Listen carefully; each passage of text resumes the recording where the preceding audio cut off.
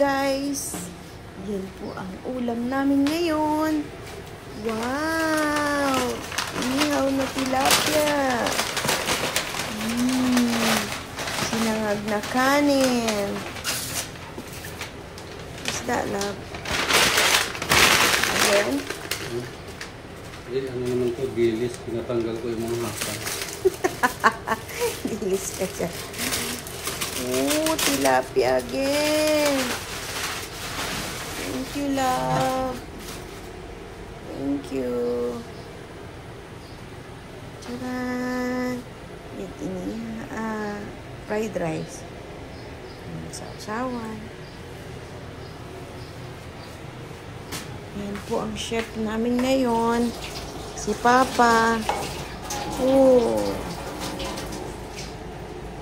With tsambakong. Daming luto ni Papa.